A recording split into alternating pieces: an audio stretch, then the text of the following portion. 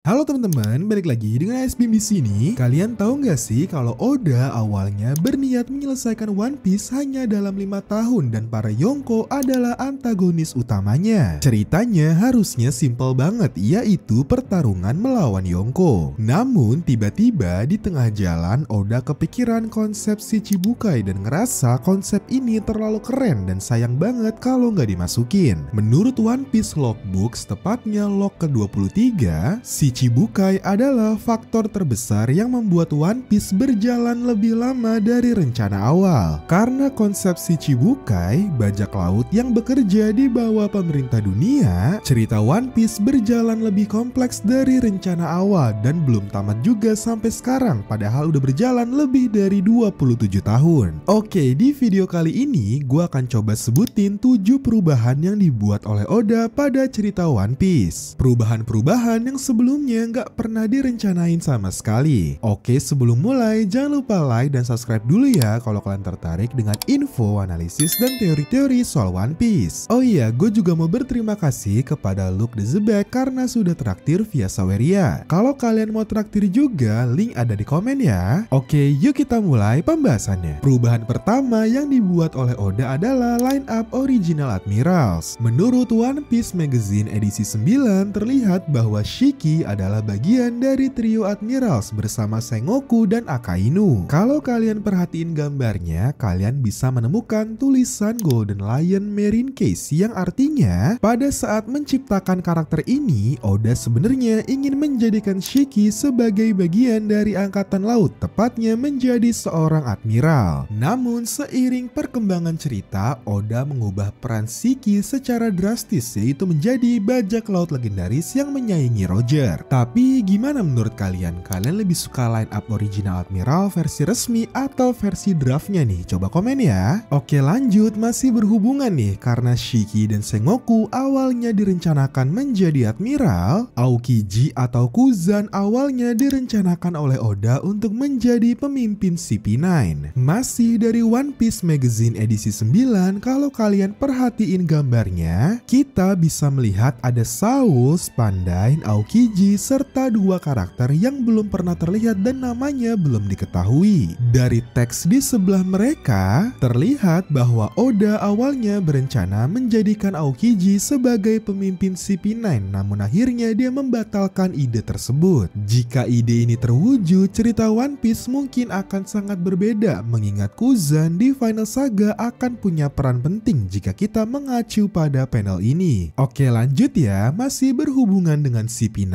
Kali ini kita beralih ke rencana Rob Lucci yang berubah sangat drastis. Menurut One Piece Logbooks, tepatnya log ke-22, Oda mengakui nih bahwa awalnya arc Water 7 itu bener-bener simple banget. Alur Water 7 awalnya hanyalah cerita untuk merekrut seorang tukang kapal ke dalam kelompok bajak laut topi jerami. Nah, jadi pada saat menulis dan menggambar arc Water 7, Oda baru menentukan dua hal. Franky akan bergabung dan bajak laut topi jerami akan mengucapkan selamat tinggal kepada Going Merry di akhir cerita. Nah, tapi ketika menggambar beberapa karakter seperti Franky dan beberapa tukang kapal, Oda kepikiran, siapa ya yang sebaiknya gua jadiin penjahat? Lalu di beberapa gambar yang Oda buat, Oda menunjuk pria aneh dengan merpati sebagai penjahat. Ya, dia adalah Rob Lucci. Jadi awalnya Rob Lucci hanya dirancang sebagai salah satu dari banyak tukang kapal di Water 7. Tapi akhirnya Oda mengubahnya menjadi agen CP9 dan bekerja secara diam-diam. Oke, lanjut ke perubahan peran Vivi yang bisa dibilang cukup drastis. Menurut One Piece Logbooks, tepatnya log ke-21,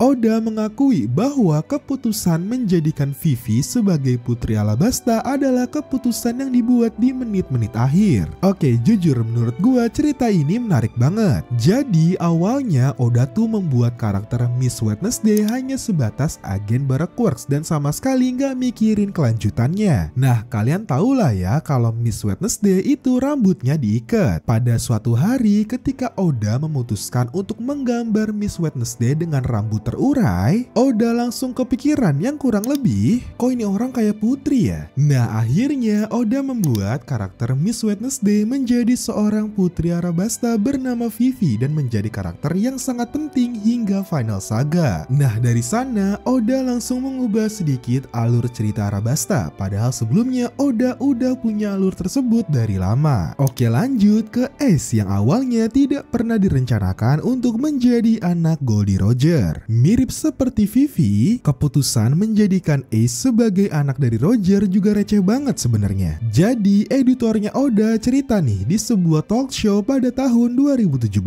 Sebelum arc Marineford, Oda tiba-tiba bertanya kepada editornya, bagaimana menurut lu kalau Ace ternyata adalah anak dari Roger? Nah, reaksi editor pun sangat kaget dan Oda ternyata suka banget sama reaksi editornya. Dari sana Oda langsung memutuskan untuk menggunakan ide tersebut. Oke, lanjut ke rencana Supernova atau Worst Generation yang ternyata awalnya nggak sepenting itu. Menurut One Piece Logbooks, tepatnya log ke-27, Oda mengungkapkan bahwa dirinya menciptakan Supernova tepat sebelum arc Sabaody dimulai. Jadi bisa dibilang cukup mendadak. Supernova dibuat karena Oda putus asa dan khawatir kalau cuma begini arc Sabaody nggak akan menarik. Akhirnya dari kekhawatiran itu, ide untuk membuat 9 Supernova muncul. Nah, menariknya lagi, Oda juga cukup kaget 9 Supernova masih bertahan dan punya peran penting hingga saat ini. Padahal rencana awalnya Oda ingin setengah dari 9 Supernova tersingkir dari New World. Nah, orang yang tersingkir mungkin salah satunya adalah Law.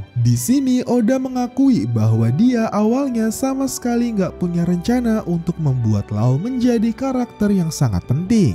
Bahkan sebelumnya Supernova yang direncanakan untuk menjadi salah satu Shichibukai itu Hawkins, bukan Law. Mungkin ini salah satu keputusan terbaik Oda, yaitu mempertahankan Law. Karena jujur menurut gua Law jadi salah satu karakter yang menarik banget dari mulai backstory hingga kekuatan buah iblisnya. Oke, lanjut ke perubahan terakhir, yaitu Shanks awalnya tidak direncanakan untuk muncul di perang Marineford. Disclaimer, sebenarnya ini masih asumsi, jadi bukan statement resmi dari Oda seperti perubahan-perubahan yang gua sebutin sebelumnya. Asumsi ini muncul karena banyak kejanggalan dari kemunculan Shanks di Marineford. Di arc Impel Down, tepatnya kurang lebih 1 hari sebelum Ace dieksekusi, kita diberitahu bahwa Shanks sedang bertarung melawan Kaido. Nah, rasanya mustahil Shanks bisa menghentikan Kaido dan pergi ke Marineford hanya dalam waktu 1 hari. Hal ini sangat bertentangan dengan aturan navigasi di Grand Line.